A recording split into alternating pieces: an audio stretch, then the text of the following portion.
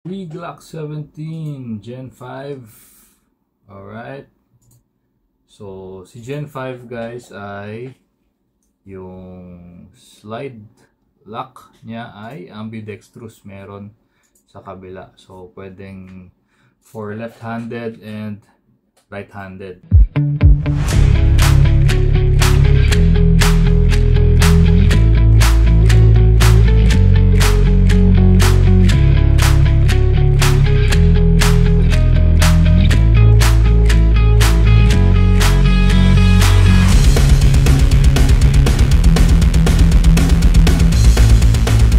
Welcome to Airs of Zeal. Nandito na naman tayo. Okay. So, for today, papakita ko sa inyo yung unit ni Sir Winsett Nimeno ng Hala-Hala, Rizal. Okay. So, sa mga taga Rizal, alam nyo na. Alright. So, unit ni Sir ay si Glock 17 Gen 5. Okay. So, ito na siya.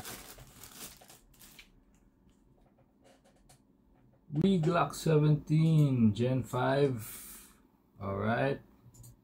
So, si Gen 5 guys ay yung slide lock niya ay ambidextrous. Meron sa kabila. So, pwedeng for left-handed and right-handed. Okay. So, out of the box, isang magazine. Tapos, yung sa grip. Tsaka ibang parts para dito sa grip. Okay, so wag na natin patagalin, testingin na natin unit ni Sir Winsett.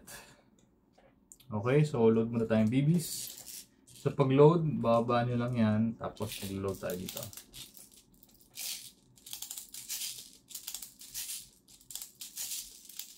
Yan. Loaded na with BBs. Ngayon naman, gas. Okay. Then, pack. Kasa. FPS test with 0.20 BBs. Firing 344.4.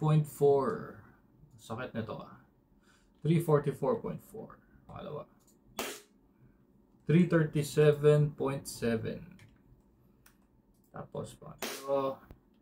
328.5. Okay, so again, ito yung unit ni Sir Winsett Nimeno. Alright, si Glock 17 Gen 5. Okay, so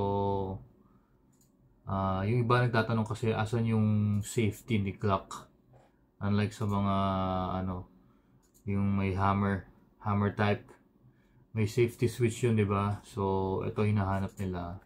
Ang safety nito guys at ito sa ilalim. Okay, so although parang hindi na halos ginagamit palagi, unlike dun sa mga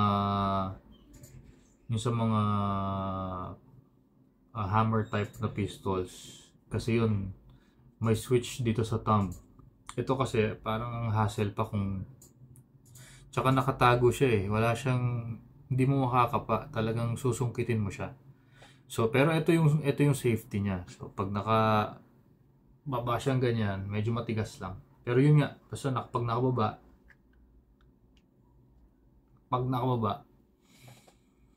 yun yung safe, yung trigger. Okay, so yun lang naman para sa mga nagtatanong asan yung safety. Ito po yung safety. So ayun siya.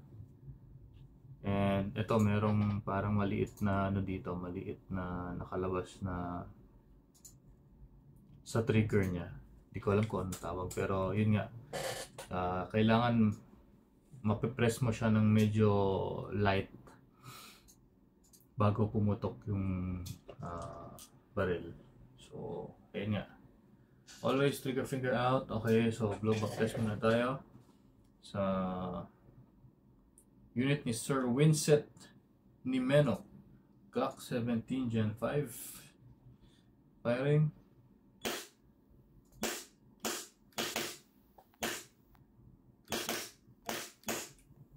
Alright, wala ng bala.